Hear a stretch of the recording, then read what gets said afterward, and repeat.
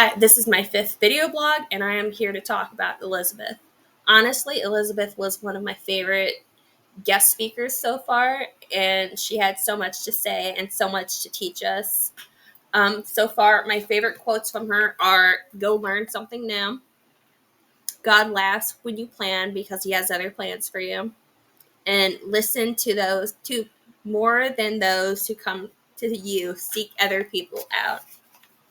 Um, she is really impressive because she was in charge of Wheeling Country Day for a while, and she broke off to create a nonprofit leadership group called Walk With Me. She invites a team of 4 to 5 people each group to learn leadership roles.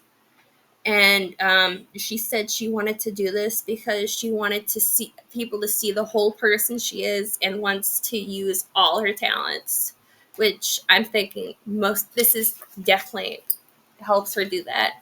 She writes down the conversations and the walks she has with other people, and she writes a blog about it, and someone else makes a podcast for her.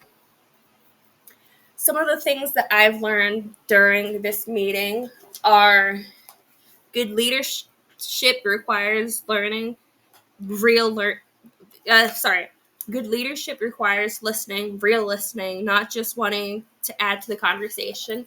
I think that's true because a lot of people, when they do listen, they think, man, let me what can I add to it, let me add to it, instead of actually trying to listen to the conversation, those who need them. um uh, you don't want to be the smartest person in the room. You should change your mindset to the responsibility to learn from others, not just teach. And his pivot positivity, which I just love because that's my role model. That's my model in life too, to be positive. Everything's going to be plopped in your lap, and you just got to try to be positive about everything. Um, let's see.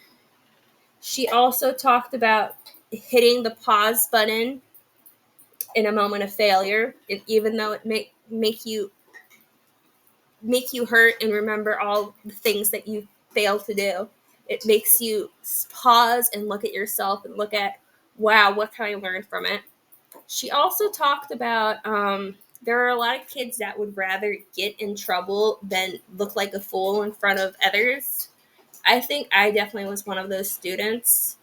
I would rather play dumb than actually be the dumb student in the class, if that makes sense. A lot of her talk, I feel like I can learn from and use in my classroom, let alone my everyday to day life. Like listening to others, going around and learning from others, and not just, again, trying to be the smartest person in the room.